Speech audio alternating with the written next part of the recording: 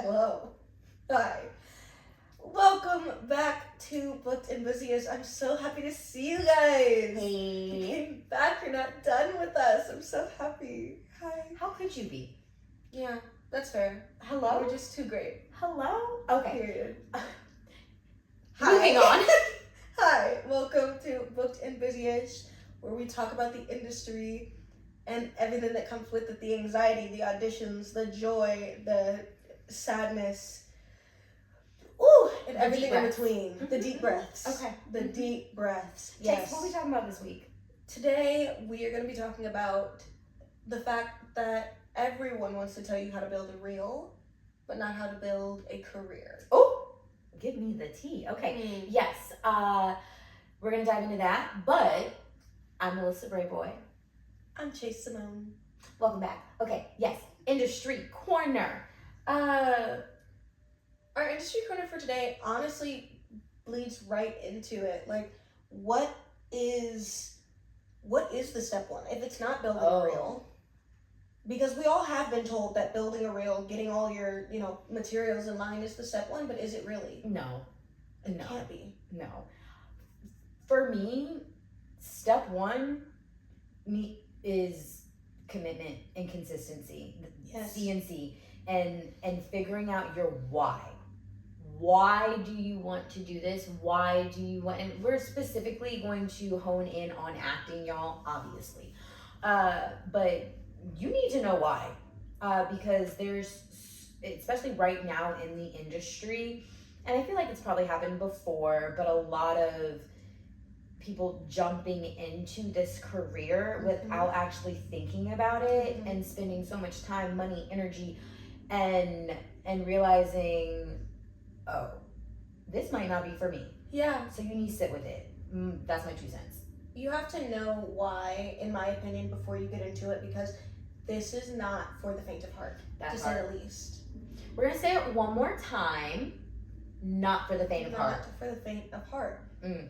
And you need to know, people have said it all the time, but like, if you have any other interest, if you have any other thing that you're like, I could do this for a living, and I'm happy doing this for a living, I can see a future on this path, do that. Please go do that. Because I haven't found it personally. Nope. Some other thing where I'm like, I'm okay doing this. I've had, y'all, first of all, part of what we'll get into today is also the struggle job. The hustle, what you're doing on the side to sustain. Right, your survival job. That's as an what it's actor, called. as a creative. Survival job. I've had a survival job. Baby. I am 24 years old. I have had, last time I counted, 23 jobs. I started working when I was 18. Ooh. So Wow. I have held a lot of positions, and I'm not counting like I've done childcare, like I've done babysitting, nannying. I'm not counting each family as a different job. I'm saying like each job title that I've held. I've had a lot of jobs, and it is proof to me that I have not found the thing yet, because I am currently in my longest standing survival job, which is 2 years. 2 years long I've been in this job. No, but my which is, what is the job? Oh, I'm a substitute teacher. There we go. I'm a substitute teacher. Yes. I work with the youth of America, and for some reason, parents trust them to learn from me. Not the face. Oh my god. I'm just saying.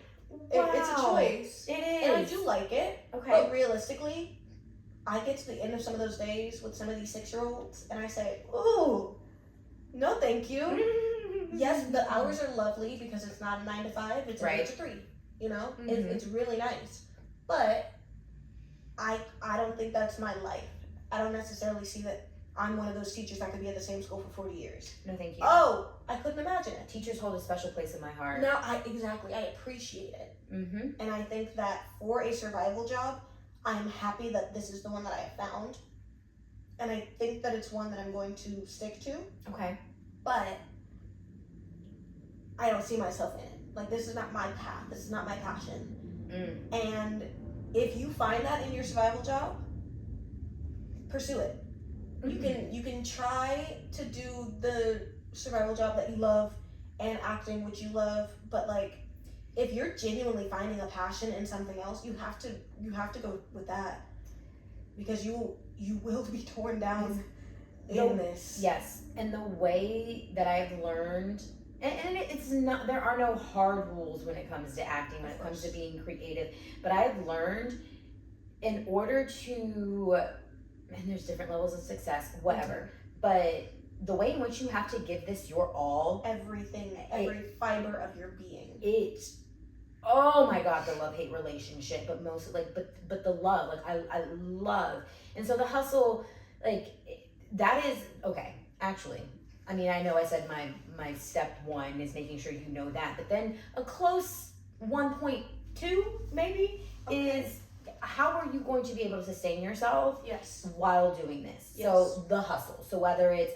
hospitality, retail, gig work, remote work, spicy work, like what are you doing that's actually going to allow you to pursue this career and your passion? That is so important, because everyone, and we'll get to common misconceptions in terms of acting, but oh honey, it is not what people think it is in terms of pay. What I find really upsetting is part of the reason I've had these 23 jobs is because I have not found the balance. Unfortunately, we live in LA, and LA is expensive, and you have to find something that sustains just general life in LA, but that also allows the flexibility you need for auditioning, that allows the flexibility you need to be like, oh, I booked something, I need to be gone for 3 days here, 2 days down the road, a week and a half then, and not a lot of jobs are willing to do that. Nope. At all. Top of head, obviously, hospitality. I was a server, and in the hospitality industry for over a decade. I was a food runner, a waitress, a maitre d', a hostess. I've done it. I know hospitality like oh my gosh. I've actually been working since I was 14 years old. I started off as a server, and just at the time that was like the easiest, and it's not easy, but an easier, fast way to make a lot of money, like quickly, fast cash. If you're great with people, great at sales, and flexible schedule. You can find someone to cover your shift. You can make your own schedule for the most part. And depending on the season, it's hit or miss in terms of what you're going to be making in different places. But hospitality for me was where it was at for a while until I transitioned into a different kind of hospitality, a little spicy hospitality. So that had always, for me, been like, okay, that makes the most sense. Like retail is rough, and you're getting minimum wage. Been there. That was one of my jobs. Baby likes tips. I worked at a athletic store. Okay. And then I transitioned to that same store but a different location. And then I did jewelry for a while. Didn't like any of it. I didn't like that people came in and they messed up my stacks.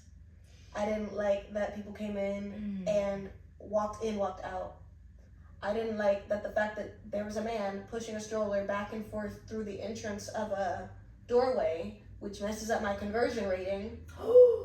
I'm getting yelled at for it. Fun fact with retail, in case none of you guys know this, there are little monitors that track who comes in and out of a store.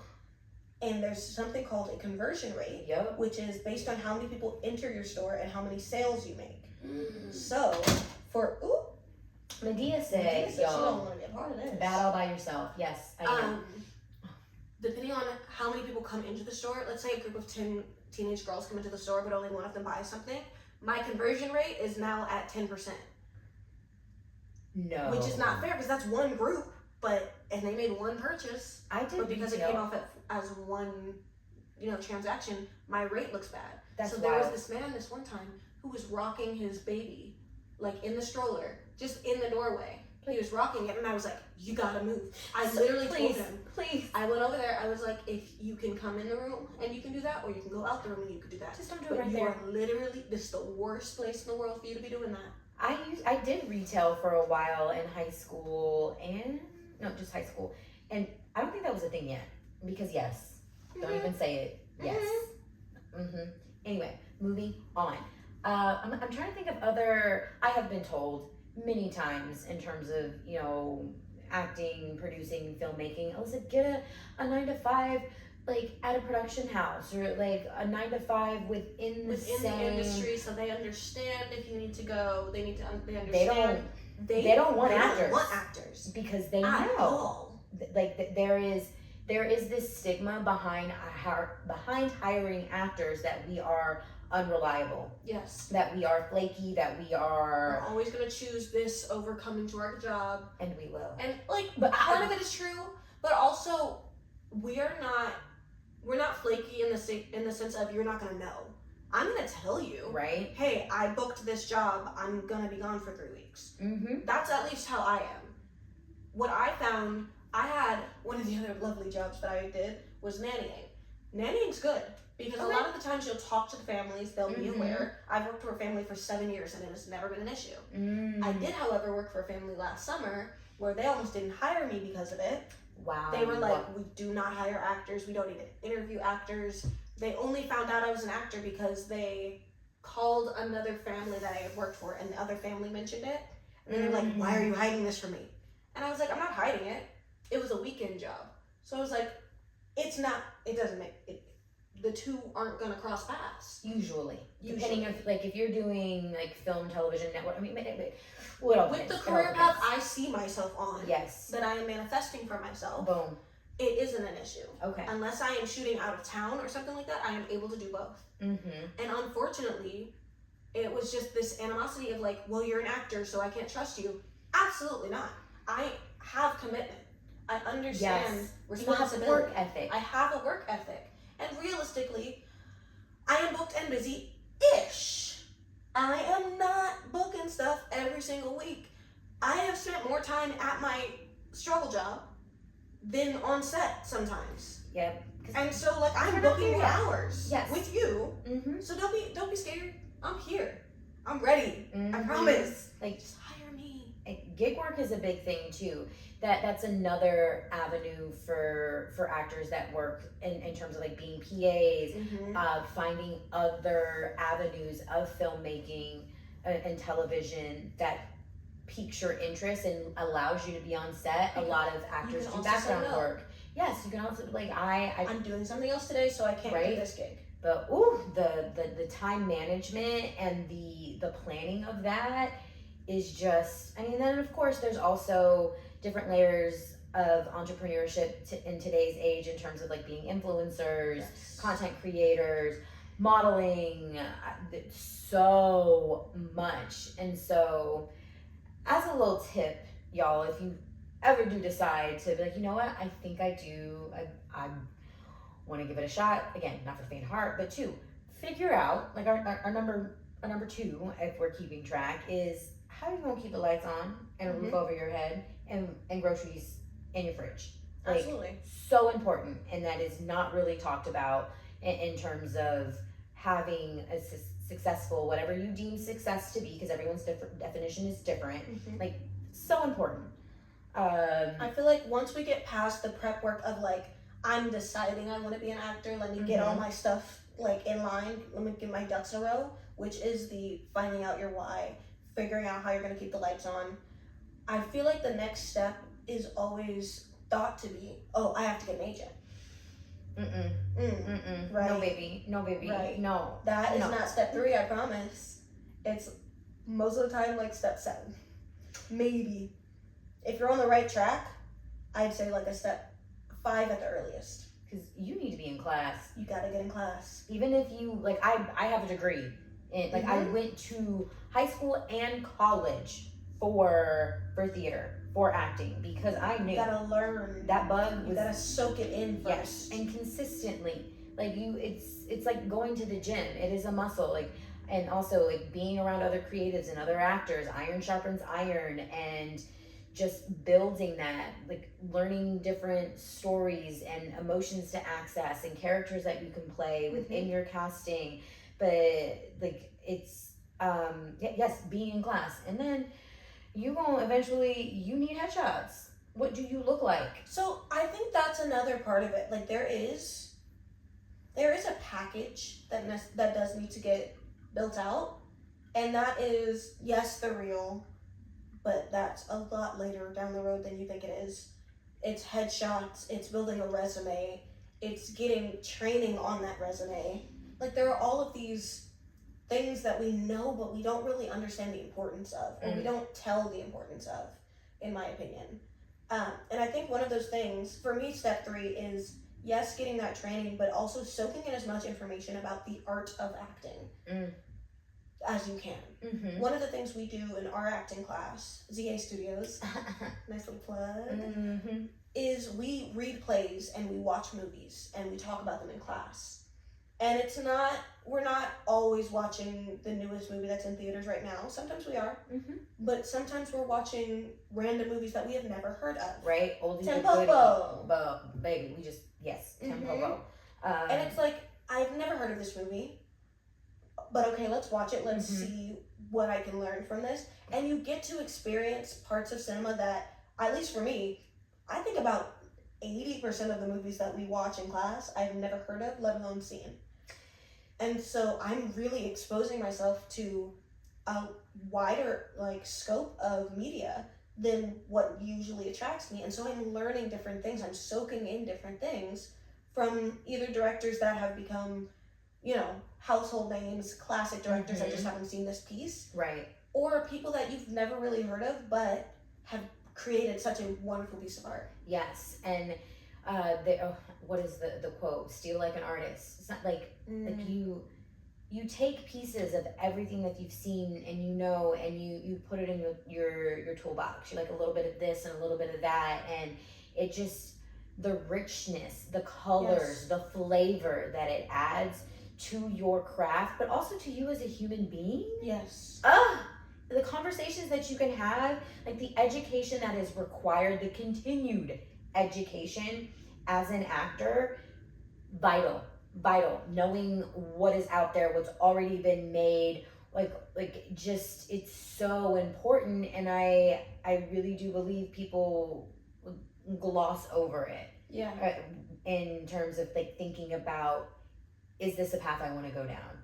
Because, oh baby. Even sometimes it's a lot. We had to watch this one documentary, I guess it was, or some behind the scenes of the making of The Sopranos. Yes. That was wonderful. I love making ofs now. And I love them. I can't wait to watch the making of The Adolescent. I haven't. We talked about it on a previous episode, but I am so stoked to watch the making of, because that blew my mind. Anyway, moving on. I'm trying not to get onto the tangent train. It's really hard. Yes. Okay. That's what she said. Anyway, so yeah, we talked about actual jobs that allow for the flexibility of being an actor and pursuing this career. We talked about the importance of, your why and education, and we touched on headshots, super important. Something that it's not really a step, and maybe it's just something to consider that I feel people don't, is the sacrifices that you make. And I know there's a lot of sacrifices that come with, different jobs. My brain goes to becoming a lawyer, becoming a doctor, there are some professions where, yes, absolutely. But the sacrifices that you make as an actor in terms of time, because the time that goes into everything that we do, rehearsals, auditions, networking, reading of plays, watching the movies. Saturdays don't exist for me anymore. Baby. They don't Sunday, exist. Yep, Saturdays and Sundays. Yep, they do not exist. And Monday night. The way my world revolves around my art, my craft, my acting, but because I love it. Yes, I wouldn't have it any other way. But I've lost friendships. I have I lose time with family. Where you have to know what your non-negotiables are, and that work-life balance or that art-life balance is even harder, I dare say, because of how consuming it is.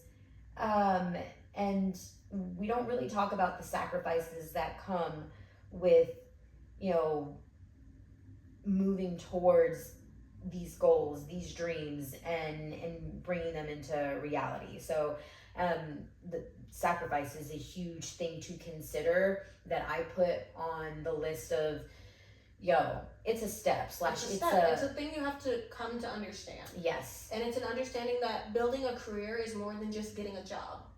Building a career is being able to sustain yourself within a job or without a job. But within an industry, honestly, which is what we're talking about, like, you have to be able to be a full human being and find what a full human being looks like with you in this role. Yes. Because you do have to make those time sacrifices, but you also have to surround yourself with people that understand that. But you also have to, your brain is always on, and it's wild. But it's active. Everything is active. Nothing can be passive because of how in-depth this career is. Yes, and our bodies, like, they are our instrument. It is our tool, like, and I mean that, like, every single piece, your brain, it's, and keeping that in shape, in tune, like the things that go, like the daily practices. Anyway, I'm getting on the tangent train. Okay, Chase, before we, really break it down for all y'all, right? Is there anything that we're missing? I don't think so. I think we've hit the before. Before the real, because yes, the real is important. We're not gonna get to the real. That is right. Yeah, we're not gonna say that it's not.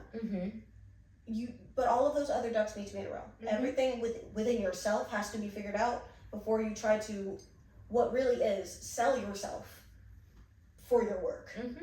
And that's what this package that I was talking about earlier, that's what it is. This is what you're selling. This is the product that you're trying to convince other people to buy into.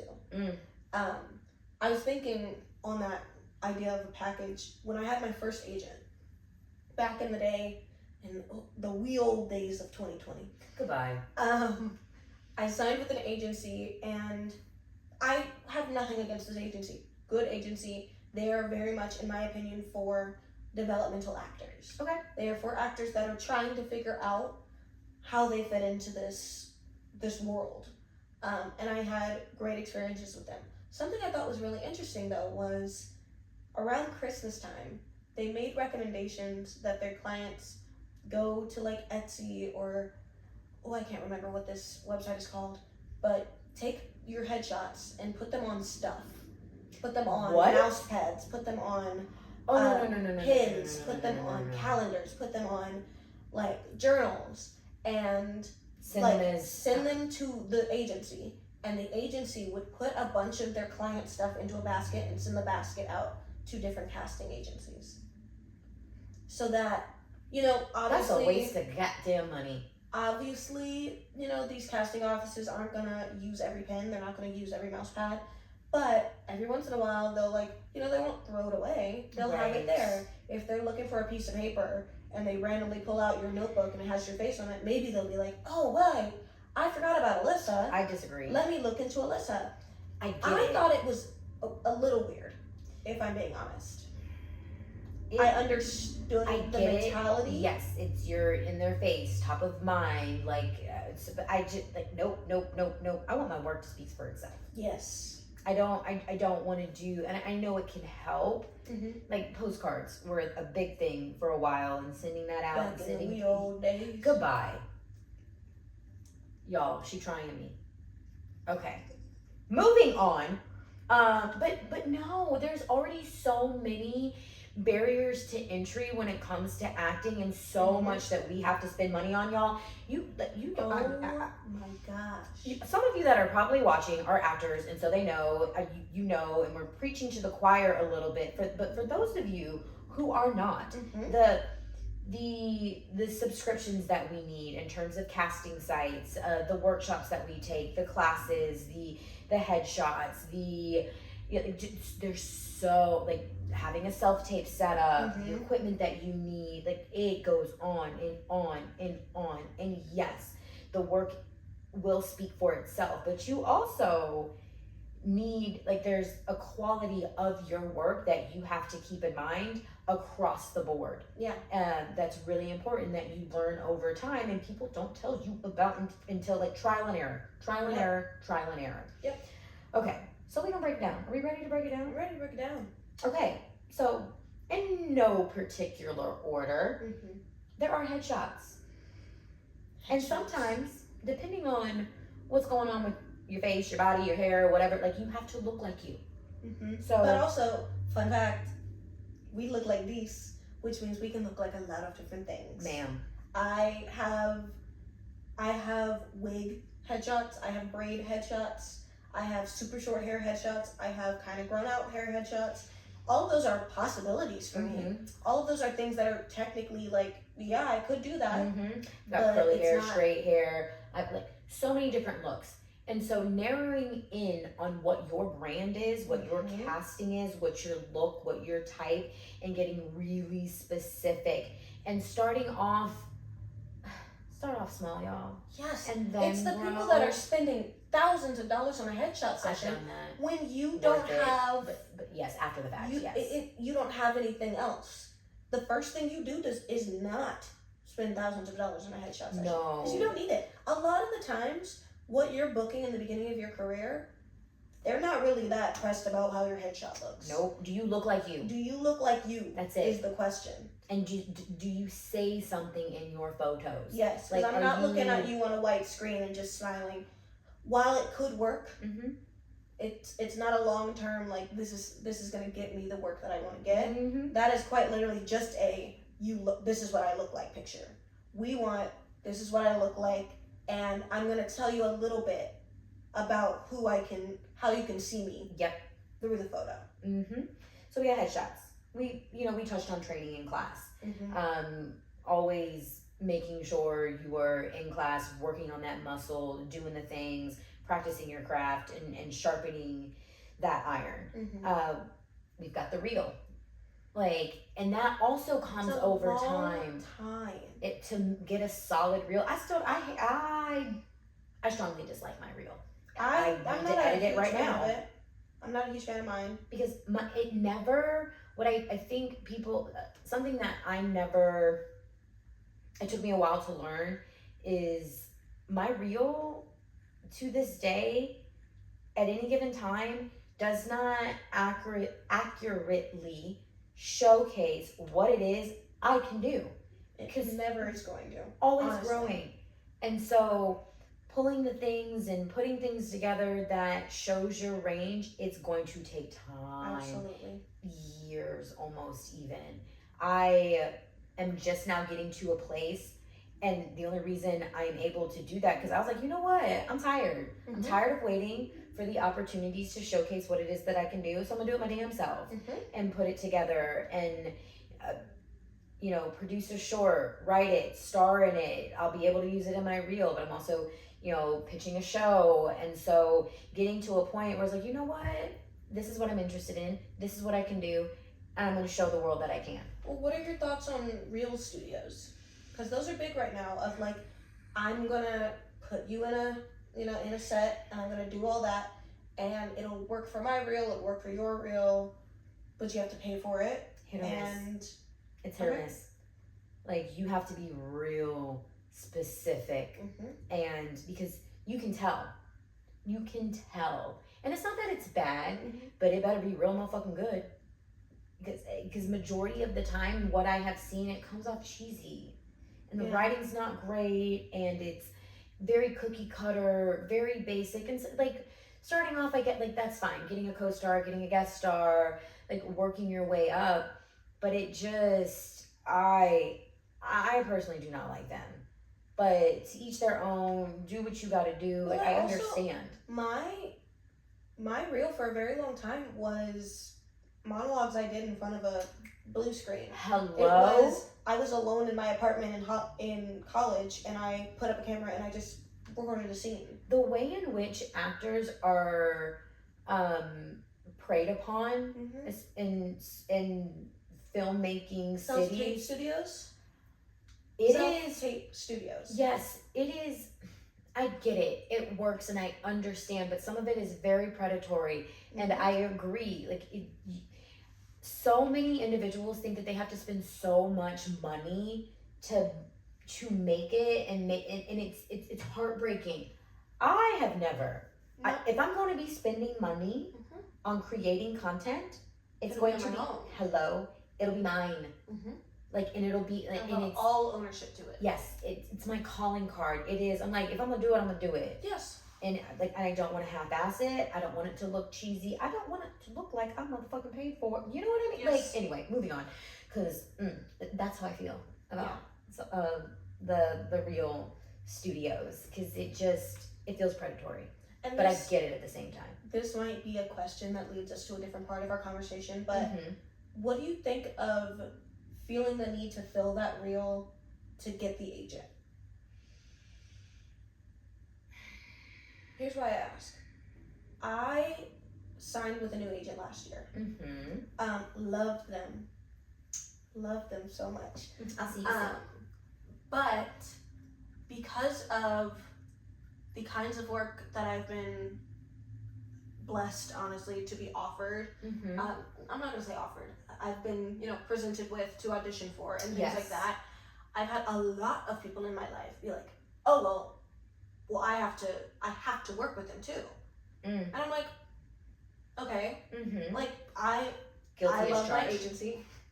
I love my agency. If you want to reach out and like see what your opportunities are with them, also great. It's what I did. I sure cold emailed them. Okay, but I think that there's this stigma when it comes to the reel of like, oh, if I don't have a good reel, if my reel is not top of the line, I'm not going to get an agent. If my reel is not top of the line, I'm not going to even be looked at. I'm not going to lie. I hated the reel I sent in. I had just made it. I clipped stuff together, and it was really just like random. There was no design to it. It was a clip from this, hard stop. Clip from this, hard stop. Clip from this, hard stop. It was not good. But I got an agent from it. Stop. But you're good. The work, your work, and the work will speak for itself. Okay, the reel, it's not even fair to say the reel wasn't good. Like, I get what you mean. Yeah. Like, you'd be like, what, really? Chase, this was your reel? But then you see the work and you be like, oh, bitch, goddamn. Yeah. I get it. And so in that regard, case in point, like, y'all, if you're thinking about this, y'all who are already in this, get out of your own way, get out of your heads, and just fucking do it. It is. But then on the other side, okay, part of me is like, sometimes the agent isn't the problem. Sometimes looking at somebody else and the opportunities they're getting and being like, well, I have to be with that agent because my agent isn't getting the opportunities like that. Darling, like, look at you first. Look at yourself first. Yeah, like, and let's what see. You're doing. It's not always your agent's fault. A lot of the times your agent is submitting you. Hello. I'm not going to speak for every agent because I don't know every agent. But you also have to look at what is the industry want right now. Baby. Unfortunately. Not unfortunately. Well, I say first. I fit into a lot of those, like, visually at least, things that the agents, that the, not agencies, that the industry is looking for. I have a abstract look.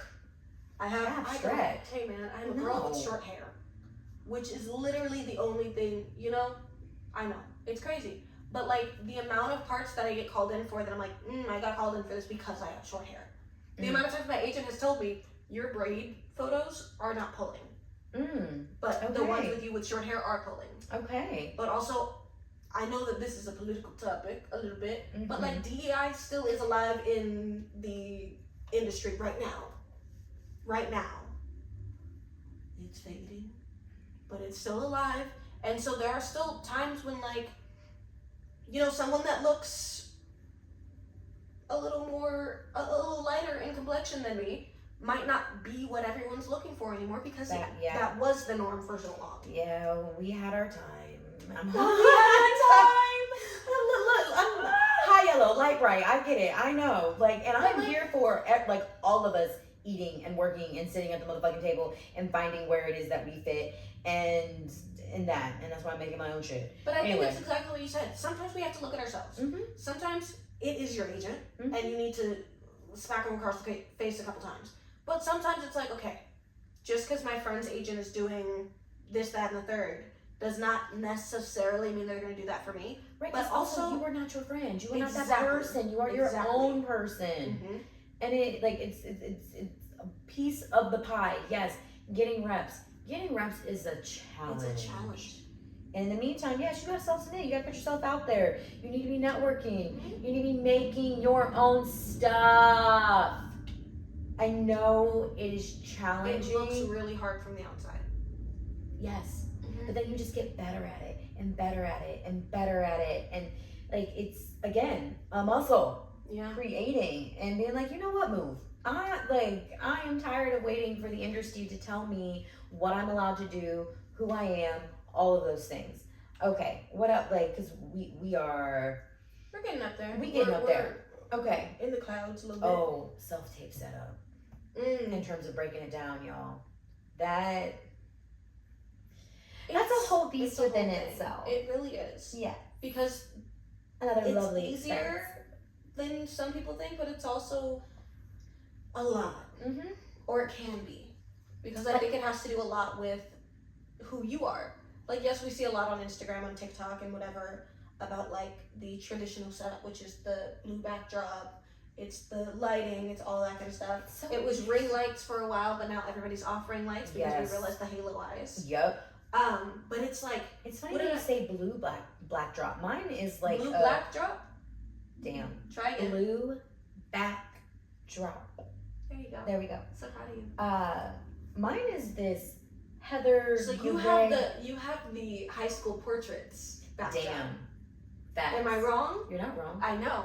So there's the blue backdrop, and then there's the high school portrait, which is kind of this like, I don't know, it looks a little splotchy. Mm-hmm. You have the gray one. Mm-hmm. Some people have a blue one. Some people have a tealish green one. Mm-hmm. It's really interesting. I don't like the blue for some reason. It's so distracting. Here's why.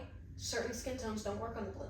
Right. I know mine does, but I'm just like, certain skin tones don't work on the blue. Certain skin tones pop a little bit too much off of the blue. Mm-hmm.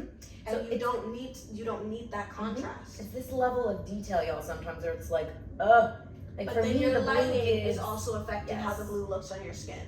Your everything. Yes, the blue for me, like, I'm not doing all this, y'all. I got one backdrop, and that is it. But if I wanted to, the layer that I would take it next is like, okay, yes, for my like sitcom-y, comedic auditions, I'm using the blue. For my more dramatic, grounded, gritty, like I'm using the gray in terms of giving that feeling, that tone. But I'm like, look, y'all, what we not about to do, I have spent so much money. Yes. So you gonna get what you gonna get. I tape on my wall. A blank white wall in my room is what I tape on. Now I have a blue screen. I have a pop-up and I have a sheet. And I have a two-sided, so it's a blue / green screen. Baby. Like I got them. I don't use them anymore because I don't need them. I mean, like, I think it's a thought that everybody needs this backdrop to look professional, to look good. It's a plain white wall. It's still a backdrop. It's not distracting, which is what they asked for. Right. You still get a clear view of me, and literally nothing is taking your attention away from me. Not the color of the background, not the pattern of the background, nothing. Now, then again, I'm not opposed to taping on a background. Whenever I tape with Alyssa, I'm on a background because I'm at her apartment, and I'm like, and we have it. We gonna use what you have. So there's nothing wrong with it, but it's like, it doesn't have to be as hard as we make it sometimes. Oh, and I made it hard starting out. We make it hard on ourselves starting out.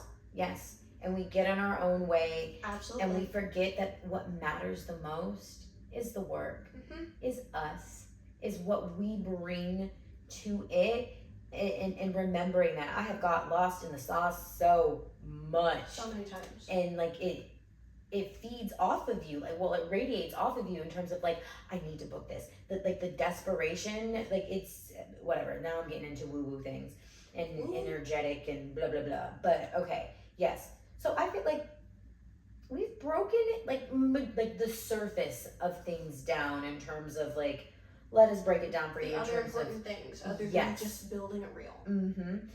So I'm curious, Chase, what is like, as a working actress in Los Angeles, what is a piece of meaningful advice that you have received? I would say, honestly, that this is not an exact quote, of course, but like, casting directors want you to be the one. They want us to win. They want you to win so bad. They want you to make their job easier. They want you to be the person that walks in the room, or that they click on the tape for, and they're like, oh, thank God, here she is. This is who I've been looking for. They want that. And so we put all this thought and preparation, and obviously preparation is important. And that's another quote, honestly, that I want to talk about. But like, we put all this thought and weight onto being what they want, fitting into what we think they want, when it's really, a lot of the times, and I've been told this by teachers in the past, the best work that we do sometimes is when we stop thinking, when we stop acting. Yes. You know? Yes. And it's hard because you're thinking about the fact that, okay, I can't think right now. Guilty. Because then I'll be a better actor. So don't think. And then you're thinking about not thinking, and it's a horrible cycle. But I found that the parts that I book are almost always the ones where I'm like, I don't want to audition for this. I need to send something in. I didn't even try. I'm getting up there and I'm like, okay, let me get this over with. I record it. I don't even really look at it. I send it in and I get an email. You throw it away. You're like, whatever. And it's because we're not putting that weight on it. We're not putting any pressure on it. We're not thinking about it. It's hard though, because the ones that you want, like, the ones that I have wanted. You know, I'm in the middle of 3 that I really want. And It's I haven't hard. heard back from. But it's okay. Yep. Oh, it's hard. For me, and I actually don't even know where it came from, or if something that I like gave the advice to myself. Real talk, not trying to like, okay, yes, I am tooting my own horn. Whatever. But don't wait for the industry to tell you who and what the fuck you are. Yep. Like, do it. Yes. Be you, all of you, yes. all parts. Do not hide any part of yourself, because this is a very look at me career. This is a very bare yourself to the world. It is so vulnerable. It's vulnerable work, and I love it.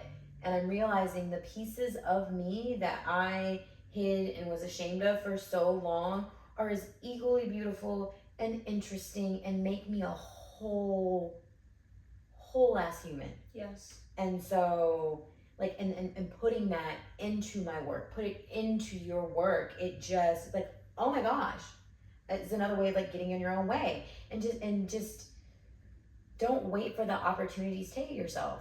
Take them, seize them, create what you want, and show, if this is what you want to do, show the industry who you are. Do not let them tell you. Absolutely. Because you can't put this baby in a box or in a corner. So, Not the turkey tail. You shut your face. You let me have it. Okay. Now, my last thing that I want to bring up is this quote. I don't know who said it to me and when they said it, but I thank them for saying it to me. I think, honestly, I'm not gonna lie, it could have been my mother. But I think it really culminates. I think it really culminates what we were talking about today.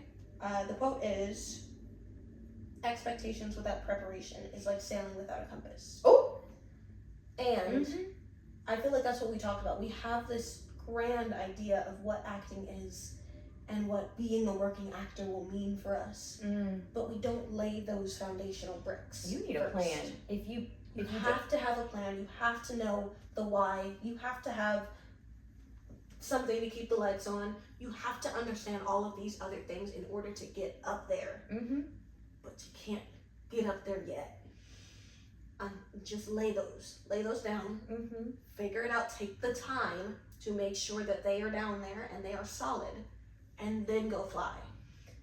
I think same but different, and I could be wrong, but my brain is telling me it's Denzel Washington. Oh, can't wait to see you in Othello, my birthday week, and in whatever. Gonna go see Othello. Denzel Washington, Jake Gyllenhaal. So excited. But he said, if you don't plan, then you plan to fail. Without a plan, something along those lines. Yes. Yeah, y'all get it. I'm pretty sure it was Denzel. If not, I might fix it in the comments, right? I just wanted to say your name. Anyway, moving on. I think we touched on all the things, y'all. If y'all have questions, please ask us questions. Yes, like or comments, concerns. You're curious. Do you think there's a step that we missed? Oh, and also common misconception, money. People don't talk about the money. Oh, it's not what you think it is, but that we missed it. Sometimes it's good, sometimes it's bad. Hello. Not bad, but it's not. It is. It just is what it is. It's like minimum wage. It is what it is. And all the cuts that come out of it. Hello. Yeah. And joining the union, baby. Anyway. Episode. Yes. Okay. So moving on. Thank you for joining us in another episode of Booked and Busy-ish. I'm filmmaker Alyssa Brayboy. I am a working actress, Chase Simone. And do all the things. Like, comment, subscribe, share. Come back next week while we're rewind. You got that. Mm-hmm. Where we will be talking about movies that were slept on. And unfortunately. Yes. Breaking that down. So be sure to drop back in and we'll see you next time. Bye. We did it! And we held up the fucking every time.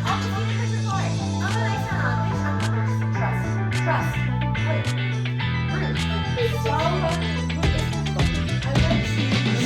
Oh, we are praying. Did you watch? Is that a thing?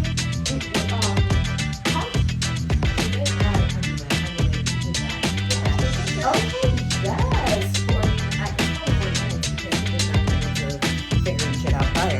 Okay, cutting.